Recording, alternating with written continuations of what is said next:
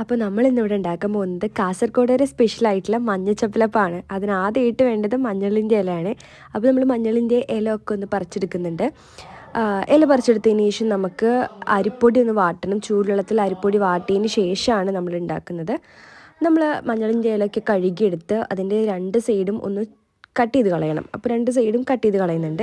അതിനുശേഷം നമ്മൾ സാധാ നോർമലായിട്ട് അടപരത്തുന്ന പോലെ അടപരത്തുന്നുണ്ട്. അതിൽ നമ്മൾ തേങ്ങയും ശർക്കരയും കൂടിയുള്ള ഫില്ലിങ്സാണ് ചേർക്കുന്നത്. ആ ഫില്ലിങ്സും ചേർത്ത് ഒന്ന് മടക്കി നമ്മൾ ആവി കയറ്റുകയാണ് ചെയ്യുന്നത്. ഇത്രയേ ഉള്ളൂ, സിമ്പിളാണ്. നല്ല മണം വരും കേട്ടോ ആവി. അത് നന്നായി വെന്ത് വരുന്ന സമയത്ത് നല്ല മഞ്ഞളിൻ്റെ ഒരു സ്മെല്ലുണ്ട്. എനിക്ക് ഭയങ്കര സ്മെല്ലാണ്. ഞാൻ ആദ്യമായിട്ട് ട്രൈ ചെയ്യാൻ പോവാണ്. ഉപ്പാക്കൊക്കെ എല്ലാവർക്കും ഭയങ്കര ഇഷ്ടപ്പെട്ടു. സംഭവം നല്ല ടേസ്റ്റാണ്. പ്രത്യേകിച്ച് ഇതിൻ്റെ സ്പെഷ്യൽ എന്ന് പറയുന്നത് ആ ഒരു ഇല തന്നെയാണ്. ആ ഇലയിൽ നിന്ന് വരുന്ന ഒരു സ്മെല്ലും ആ ഒരു ഫ്ലേവറാണ് ഈ ഒരു അടനെ കുറച്ചും കൂടി സ്പെഷ്യലാക്കുന്നത്. അപ്പോൾ എല്ലാവരും ട്രൈ ചെയ്ത് നോക്കണേ.